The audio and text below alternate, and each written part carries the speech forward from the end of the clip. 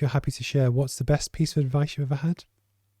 It needs to do what it says on the tin. That's the thing we tell ourselves all of the time, something we've heard a lot. And the second bit for me was being told it's all a numbers game. Mm-hmm. And it really is. What do you mean by the numbers game, just so I can understand? So my background was in health clubs, but Yep. on the sales side of things. Yeah. And basically, e-commerce is all about sales. So if you've got 10 really, really happy customers, Mm-hmm. then all you need to do is keep doing what you're doing, but build the numbers on it, build the numbers on it, build the numbers on it. No, I think it's e-commerce is a different one because you obviously, by the sounds of it, do really well at pop-up shops, trade shows, where people can feel the passion and talk to someone and get the interaction. I guess when you do stuff online, it's harder to build that relationship.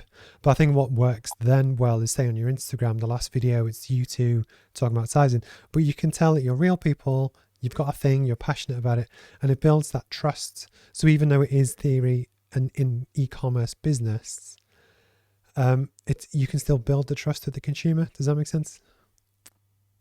Yeah. We're not just we're not faceless. It's very much that we are driving this, and people do respond very well to us. But you're right, it's because there's the passion there. We're not just doing this to try and, I mean, if we were in this to try and make some quick money, this would not be the business for that.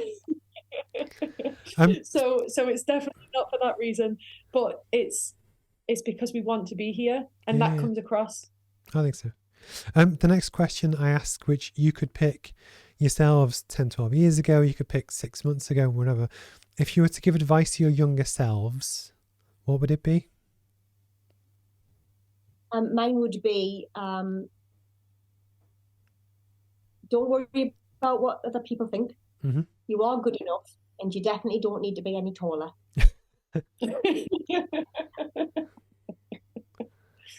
Mine would absolutely be to trust your gut. Yeah. Because and that doesn't even just go back to 6 months ago, but 5 years ago, 10 years ago, even back to when, I'm at college, and to trust your gut, because you always end up where you're meant to be, but there's a lot of, like Deb said earlier, there's a lot of outside influences that can make you think that you're wrong. So just to have a little bit of faith in yourself.